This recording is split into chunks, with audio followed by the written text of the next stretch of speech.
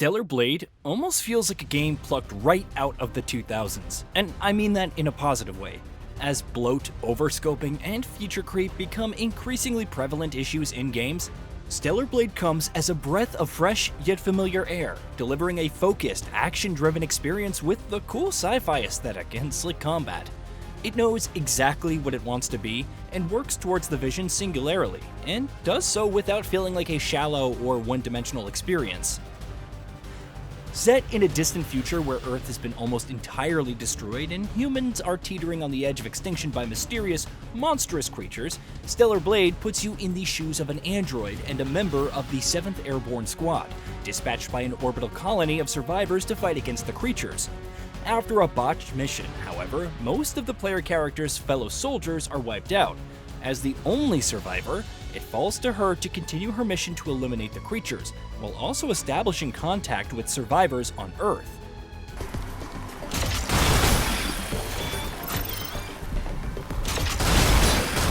They passed through the lasers without a single scratch.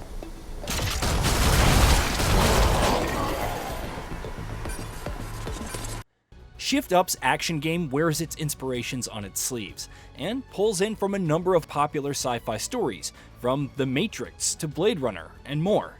The far-future post-apocalyptic remains of Earth that you navigate throughout the game benefit from constantly strong art design and evocative imagery and environments, but also a surprising amount of rich and genuinely captivating bits and pieces of moments. I don't want to oversell things here, because Stellar Blade isn't a narrative masterpiece by any stretch of the imagination. Some of its twists and reveals tend to be a bit predictable. It makes liberal use of some common genre tropes, and the writing can frequently be uneven, with character dialogue and exchanges in particular often being hard to sit through. In spite of these issues, however, the game does a surprisingly good job of making its world feel like a genuinely multifaceted place. Though not the star of the show by any means, Stellar Blade's setting is a more prominent part of the experience, more so than I had expected.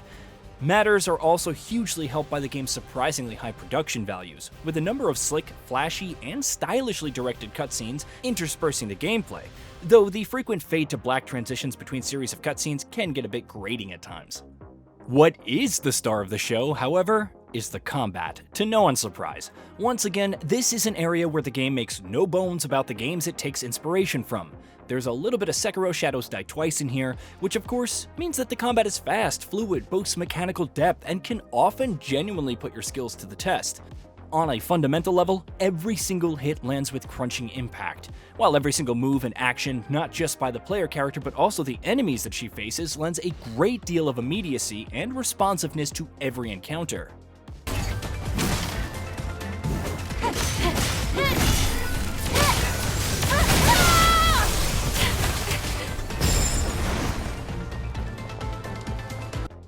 Those enemies, in fact, are a big part of why combat in Stellar Blade is as consistently enjoyable as it is. From grunts to mini-bosses to full-fledged bosses, there is a staggering amount of enemies on offer here. Each enemy comes with unique animations and attack patterns, different variants can require different strategies to defeat, and each one of them is ripped apart in gloriously gory fashion with killing blows. Bosses in particular are highlights of Stellar Blade, boasting incredible visual design, cleverly crafted attack patterns, and challenge gates that push you to your limits without feeling unfair. Each fight also culminates with delightfully over-the-top QTEs and cutscenes that almost threaten to evoke the heyday of classic action games in the best way possible. As the game continues to throw new enemy types at you, combat encounters grow increasingly enjoyable. Knowing when to unleash flurries of attacks, when to pull back to avoid damage, when to time your parries and dodges, and when to make use of consumables and special abilities. Juggling all of these elements while fluidly slashing and hacking at different types of enemies lends a great sense of momentum and constant flow to Stellar Blade's combat, making nearly each encounter an absolute blast.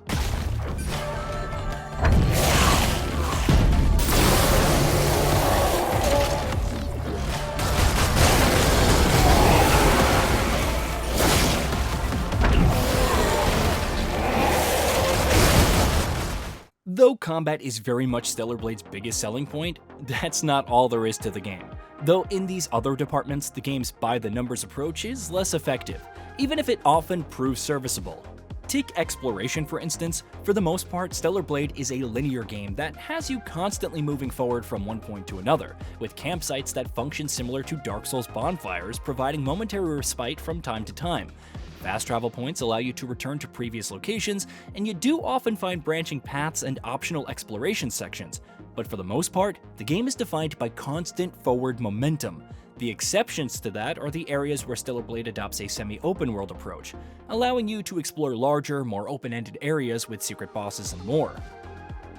Serviceable really is the best way to describe these offerings. They do occasionally come with some valuable rewards, but design-wise, they're just rote at best and unforgivably dull at worst, and at times to the point of feeling like pointless fluff. Thankfully, exploration itself does tend to reveal useful rewards from time to time, allowing you to upgrade the player character's abilities across combat, healing, ranged options, and more by spending the variety of resources you find. If nothing else, grinding XP and skill points against enemies always proves gratifying in its own way, with Stellar Blade's skill tree offering a decent amount of unlocks that end up being genuinely useful.